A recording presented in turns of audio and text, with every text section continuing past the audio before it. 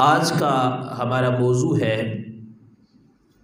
اولیاء اللہ کی شان اور ان کی پہچان، کہ ولی بندہ کیسے بنتا ہے، مقام ولایت پر کیسے فائز ہوتا ہے۔ مقام ولایت کے لیے صرف عبادت ریاضت نہیں بلکہ مقام ولایت کے لیے ادب کا ہونا بھی ضروری ہے۔ رب ذوالجلال نے قرآن مجید فرقان حمید کے اندر ارشاد فرمایا، الا ان اولیاء اللہ، خبردار بے شک جو اللہ کے ولی ہیں، جو اللہ کے دوست ہیں، جو اللہ کے محبوب بندے ہیں، جو اللہ کے پیارے بندے ہیں، جن بندوں کو رب ذوالجلال کے قرب کی دولت نصیب ہو گئی ہے، فرمایا لا خوف علیہم، ان پر کوئی خوف نہیں ہے، ولا ہم یحزنون، اور نہ ہی وہ غمگین ہوں گے۔ اب اللہ والوں کی عظمت، اللہ والوں کی شان، اولیاء اللہ کا مقام، اس کو میرا رب اپنے قرآن کے اندر بیان فرما رہا ہے۔ فرمایا جو بھی بندہ اس دنیا میں آتا ہے، اب وہ جس بھی مقام پر فائز ہو جاتا ہے، اگر کوئی بہت بڑا لیڈر بن جاتا ہے، پھر بھی اس کے دل میں خوف رہتا ہے، اس کے دل میں ڈر رہتا ہے۔ وہ کوئی بہت بڑا افسر لگ جائے، پھر بھی دل میں خوف ہوتا ہے، دل میں ڈرتا رہتا ہے۔ لیکن فرمایا ایک وہ بندہ جس کو رب کے قرب کی دولت نصیب ہو جائے، جو رب کا ولی بن جاتا ہے، فرمایا اس کے دل کے اندر سے دنیا والوں کا خوف ختم ہو جاتا ہے۔ وہ ڈرتا ہے تو اپنے رب سے ڈرتا ہے، اس کے دل میں خوف ہوتا ہے تو اپنے رب کا خوف ہوتا ہے۔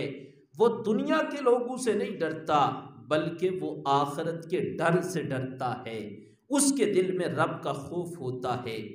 اور پھر یہاں پر رب فرماتے ہیں وَلَا هُمْ يَحْزَنُونَ، یحزنون یہ مضارع کا صیغہ ہے، اس میں یہ فرمایا کہ یحزنون وہ نہیں غمگین ہوں گے، لا خوف انہیں خوف بھی نہیں، وَلَا هُمْ يَحْزَنُونَ اور وہ غمگین بھی نہیں ہوں گے۔ فرمایا جو اللہ والے ہوتے ہیں نہ اس دنیا میں غمگین ہوں گے، نہ آخرت میں رب ان کو غمگین ہونے دے گا۔ جو رب کا ولی ہوتا ہے، رب کا دوست ہوتا ہے، میرا رب اس دنیا میں بھی انہیں عزت عطا فرماتا ہے، آخرت میں بھی عزت عطا فرماتا ہے، کیونکہ انہوں نے رب سے محبت کی ہوتی ہے، رب سے پیار کیا ہوتا ہے، اپنے رب کا ذکر کیا ہوتا ہے، اور محبت خداوندی ہر وقت ان کے دل میں بس گئی ہوتی ہے۔ اب جو ہر وقت رب سے پیار کرے، ہر وقت رب کی محبت میں رہے، اور اس کی زبان پہ رب کا ذکر رہے، اور وہ قرآن کی تلاوت میں مصروف رہے، اور وہ اپنے رب کے ذکر میں ہر وقت مشغول رہے، جب وہ ہر وقت اللہ کا ذکر کرتا رہتا ہے، میرا رب فرماتا ہے جو دنیا میں میرا اتنا ذکر کرے، اتنا ذکر کرے کہ ذکر کر کر کے میرے قرب کو پا لیتا ہے، فرمایا نہ اس دنیا میں غمگین ہوگا، نہ ہی آخرت میں رب اس کو غمگین ہونے دے گا۔ اب اس کے بعد اس سے اگلی موقع پر رب ذوالجلال یہ ارشاد فرماتا ہے کہ اب ولی اس کی شان تو بڑی ہے، مقام تو بڑا ہے، کہ حدیث مبارکہ میں آتا ہے کہ کچھ اللہ کے ایسے بندے ہیں، فرمایا وہ جب کسی کام پر قسم اٹھا دے تو اللہ تعالیٰ ان کی قسم کو پورا فرما دیتا ہے، ان کی زبان سے جو نکلتا ہے اللہ تعالیٰ ان کی نکلی ہوئی بات کو ٹالتا نہیں بلکہ رب ذوالجلال اس کو پورا فرما دیتا ہے۔ لیکن مقام ولایت کے لیے شرط کیا ہے، کون سی ڈگری کا ہونا ضروری ہے کہ بندے کے پاس وہ ڈگری ہوگی تو ولی بنے گا۔ میرا رب اپنے قرآن کے اندر بیان فرماتا ہے، فرمایا الذین آمنوا، مقام ولایت کے لیے بہت بڑا مالدار ہونا شرط نہیں ہے، مقام ولایت کے لیے شرط نہیں ہے لاکھوں مرید پیچھے ہوں گے تو ولی ہوگا، مقام ولایت کے لیے شرط نہیں ہے اس کے ساتھ بہت بڑا قافلہ ہوگا تو ولی ہوگا۔ مقام ولایت کے لیے شرط نہیں ہے بہت بڑے بڑے محلات ہوں گے تو ولی ہوگا۔ میرا رب فرماتا ہے الذین آمنو، مقام ولایت کے لیے سب سے پہلی ڈگری فرمایا ایمان کی ڈگری ہے۔ اگر اس کو ایمان کی ڈگری نصیب ہوگی تو مقام ولایت بھی رب اس کو عطا فرما دے گا۔ فرمایا الذین آمنو، ایمان یہ ابتدا ہے، یہ پہلی ڈگری مقام ولایت کے لیے ہے۔ اگر ایمان کی دولت پاس ہوگی اور پھر اس کے بعد فرمایا الذین آمنوا وکانوا یتقون، فرمایا پہلی ڈگری ہے ایمان کی اور دوسری ڈگری ہے تقوی کی۔ جب ایمان بھی پاس ہوگا، عمل بھی پاس ہوگا، وہ متقی اور پرہیزگار ہوگا۔ فرمایا جب رب اس کو یہ نعمتیں عطا فرمائے گا پھر وہ ہر وقت اپنی زندگی اپنے رب کی مرضی کے مطابق گزارے گا۔ اس کی برکت سے رب ذوالجلال اس کو مقام ولایت عطا فرما دے گا۔ الذین آمنوا وکانوا یتقون، وہ لوگ جو ایمان لائے اور انہوں نے تقوی اختیار کیا۔ آگے رب فرماتے ہیں ان کو انعام کیا ملے گا۔ اور رب کا انداز کتنا خوبصورت ہے۔ پہلے رب نے اللہ والوں کی شان کو بیان کیا، پھر رب ذوالجلال نے ان کی پہچان کا ذکر کیا کہ وہ کون لوگ ہیں، پھر رب نے ان کے مقام کا ذکر فرمایا۔ فرمایا جب انہیں ایمان بھی ملا، تقوی بھی انہوں نے اختیار کیا، لَهُمُ الْبُشْرَى فِي الْحَيَاةِ الدُّنْيَا وَفِي الْآخِرَةِ، فرمایا پھر رب ذوالجلال ان کو خوشخبری سنا رہا ہے، اس دنیا میں بھی اور آخرت کی زندگی میں بھی رب ان کو خوشخبری سنا رہا ہے۔ اب جو اللہ والے ہیں ان کے لیے خوشخبری رب اپنے قرآن میں بیان فرماتا ہے کہ جب وہ اپنا تعلق اپنے رب سے جوڑ لیتے ہیں، اس کے بدلے اللہ ان کو دنیا و آخرت میں عزت عطا فرماتا ہے۔ حضرت سیدنا جنید بغدادی رحمت اللہ علیہ، آپ نے مقام ولایت کے لیے جس چیز کا ذکر فرمایا، آج تو یہ ہے نا ہمارے معاشرے میں نہ داڑھی رکھی ہے، نہ نماز پڑھتا ہے، نہ روزہ رکھتا ہے، نہ قرآن آتا ہے تو کہتے جی پیر صاحب بڑے پہنچے ہوئے ہیں۔ مقام ولایت کے لیے پہنچنا شرط نہیں، مقام ولایت کے لیے شریعت پر عمل کرنا شرط ہے۔ اب حضرت جنید بغدادی رحمت اللہ علیہ، آپ نے اس چیز کو بڑے خوبصورت انداز میں بیان فرمایا کہ اللہ کا ولی کون ہوتا ہے اور پیر ہونے کے لیے شرط کیا ہے۔ آپ فرماتے ہیں میں اللہ کا ولی اس کو مانتا ہوں جس کے ایک ہاتھ میں قرآن ہوگا، دوسرے ہاتھ میں صاحب قرآن کا فرمان ہوگا۔ فرمایا جس کے ایک ہاتھ میں قرآن، دوسرے ہاتھ میں حدیث مبارکہ، اب جب وہ قدم اٹھائے گا، جب قدم اٹھائے گا تو قدم اٹھانے سے پہلے سوچے گا یہ جو قدم اٹھا رہا ہوں اس قدم سے اللہ راضی ہوگا یا رب ناراض ہوگا۔ فرمایا اگر وہ اللہ کو راضی کرنے کے لیے قدم اٹھائے گا، اس کی برکت سے رب اس کو مقام ولایت عطا فرما دے گا۔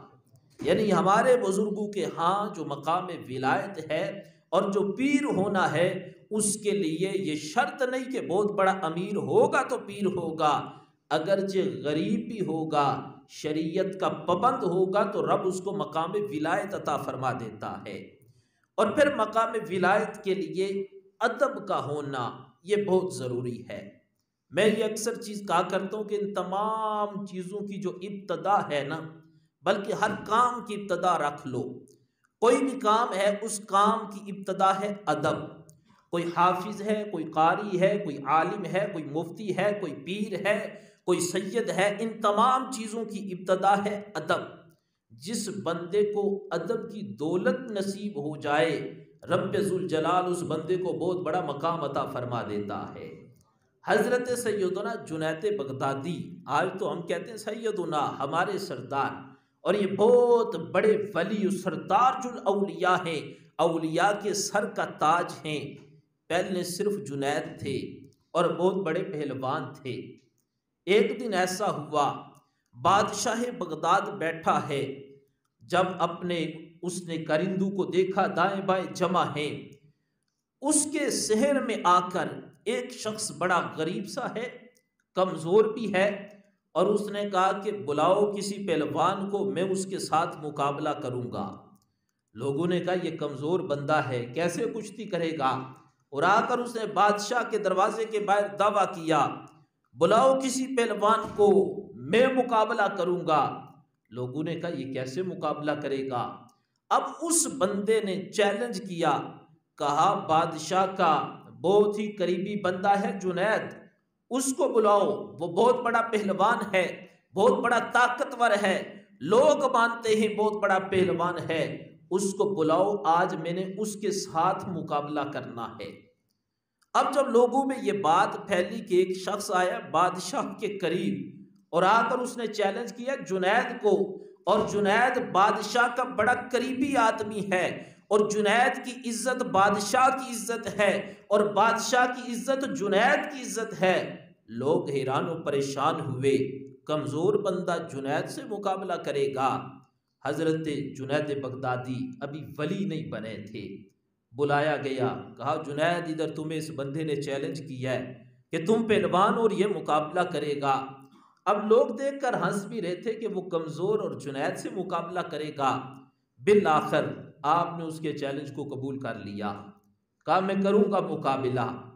اب لوگ جمع ہوئے، جس جگہ کا انتخاب کیا بہت بڑا میدان تھا، لوگ بہت کثیر تعداد میں جمع ہوئے، آج چلتے ہیں جا کر ہم بھی مقابلہ دیکھتے ہیں، یہ بندہ جنید سے مقابلہ کرے گا، ہو سکتا ہے جیت بھی جائے۔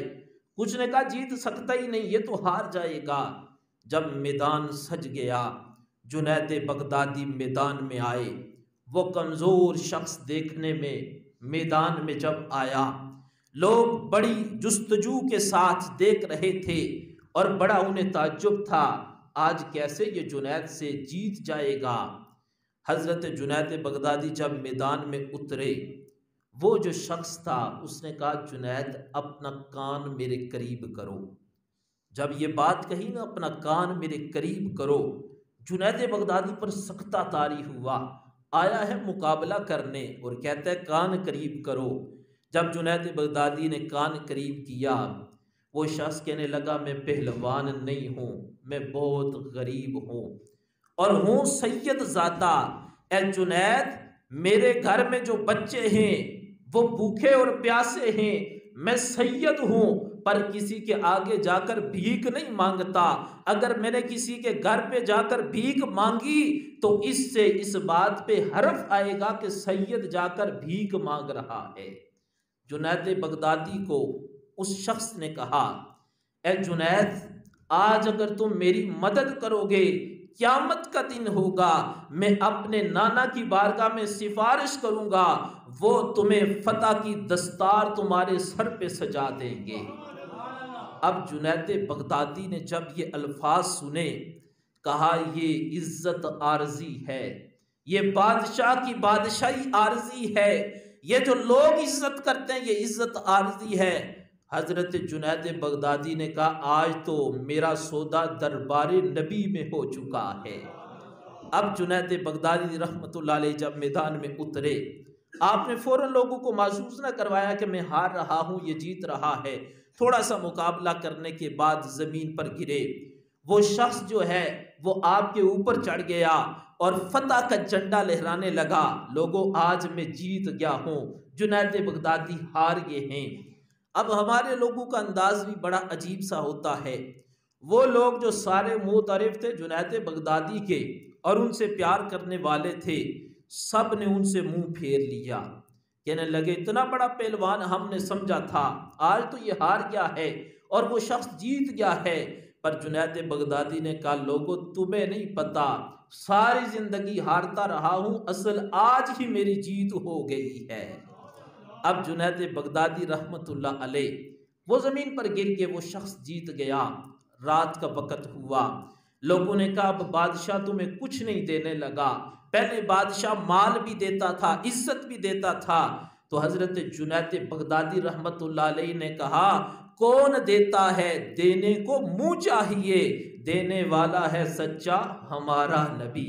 جنید بغدادی نے کہا بادشاہ کچھ نہیں دے سکتا، دینے والا یا رب ہے یا رب کا رسول مجھے عطا فرماتا ہے۔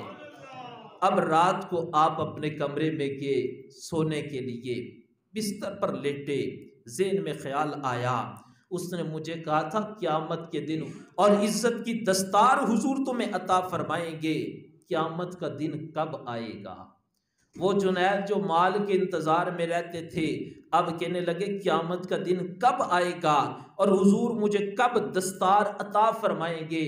سوچتے سوچتے آنکھ لگ گئی پر قسمت جاگ گئی، میرے محبوب جنید بغدادی کی خواب میں تشریف لائے۔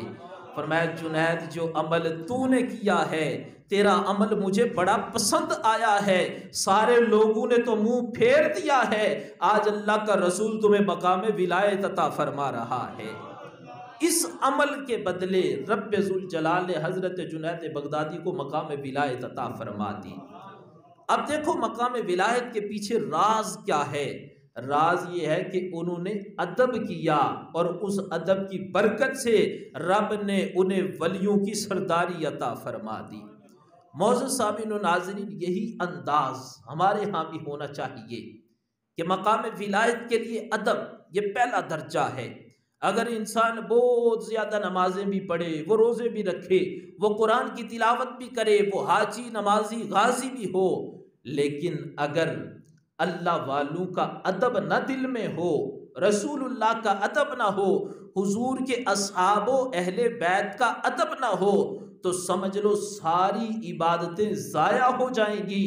لیکن اگر ادب ہوا، عبادت کم بھی ہوئی، تو رب ذوالجلال بندے کی بخشش و مغفرت فرما دے گا۔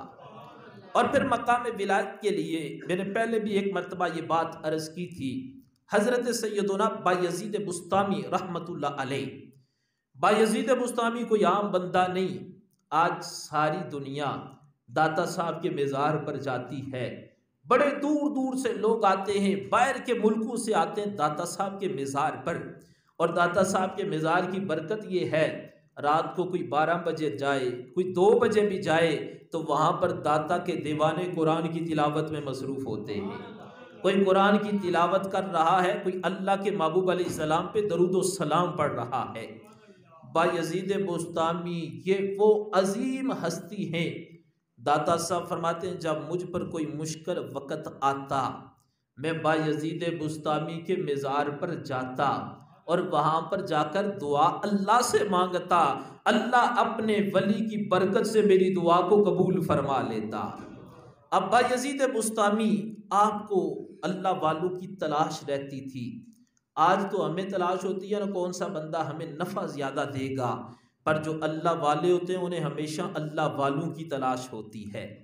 بایزید بسطامی ہر وقت فکر مند رہتے کہ کوئی پیر ملے، کوئی اللہ والا ملے۔ ایک دن آپ کو کسی نے بتایا فلاں جگہ پر جاؤ، وہاں پر ایک اللہ کا ولی ہے، ایک پیر ہے، جا کر اس کی زیارت کرو۔ جنید بغدادی سفر کر کے گئے، وہاں پر دیکھا اس شخص نے پانی ہاتھ میں لیا، کلی کی قبلے کی طرف منہ کیا اور کلی کر دی۔ حضرت بایزید بسطامی نے جب یہ عمل دیکھا آپ وہاں سے واپس آئے، اس کے ساتھ مصافحہ نہیں کیا، سلام نہیں کیا۔ ہمارے لوگ ہوتے تو وہاں پہ رہ جاتے، اور یہاں تک اللہ تعالیٰ معاف فرمائے جہالت کا حال یہ ہے کہ لوگ قبروں پر جا کر سجدہ کرنا شروع کر دیتے ہیں۔ میں نے یہاں پر بھی سنا کہ بعض لوگ ایسے ہیں کہ کوئی لوگ آ جائیں تو لوگ انہیں سجدہ کرنا شروع کر دیتے ہیں، روڈ کے اوپر قدموں میں گر پڑتے ہیں، سجدہ کرنا شروع کر دیتے ہیں۔ جی پیر صاحب ہیں، خدا کے بندو خدا کا خوف کرو، نہ یہ طریقہ اللہ نے دیا نہ اللہ کے رسول نے دیا، ادب کرو، احترام کرو، پر اس حد تک کرو جو حد اللہ اور اللہ کے رسول نے عطا فرمائی ہے۔ اب حضرت بایزید بسطامی نے سلام بھی نہیں کیا، کلام بھی نہیں کیا، وہاں سے واپس چلے گئے۔ جس بندے نے بھیجا پوچھا بایزید بسطامی اللہ کے ولی کو ملنے گئے تھے، مل کر آئے ہو، فیض لیا ہے؟ آپ نے کہا میں جھوٹے پیروں کا ماننے والا نہیں، میں پیر اسی کو مانتا ہوں جو اللہ اور اس کے رسول کا ادب کرنے والا ہے۔ کہا اس نے کلی تو کی ہے، قبلے کی طرف رخ کیا اور ادھر کی، جس کے دل میں قبلے کا ادب نہیں وہ اللہ کا ولی نہیں ہو سکتا۔ اب مجھے بتاؤ جس کے دل میں قبلے کا ادب نہ ہو وہ اللہ کا ولی نہیں، تو جو قبلے کا بھی قبلہ ہے جس کے دل میں میرے نبی کا ادب نہیں وہ بھی ولی نہیں ہو سکتا۔ ولی ہونے کے لیے سب سے پہلی ڈگری یہ ہے کہ انسان کا ایمان کامل ہونا چاہیے، اس کا عقیدہ پختہ ہونا چاہیے۔ آج ہم لوگ نا ہمارا یہ معیار بن چکا ہے جی، ہاں جی ادھر رش بڑا تھا، بڑے لوگ ماننے والے ہیں جی، پیر صاحب بڑے پہنچے ہوئے ہیں جی، کہاں پر پہنچے؟ پیر صاحب جی ایک فون کرتے ہیں تو بندہ باہر چلا جاتا ہے۔ میں نے کہا یہی چیزیں ہمیں لے کر ڈوب گئی ہیں۔ ارے اللہ والوں کا کام یہ ہے وہ ہمارے دلوں کی دنیا کو بدل دیتے ہیں۔ اللہ والوں کا کام یہ ہے وہ خود اللہ کے قریب ہوتے ہیں، اور جو ان کے مرید ہوتے ہیں وہ انہیں بھی اللہ کے قریب کر دیتے ہیں۔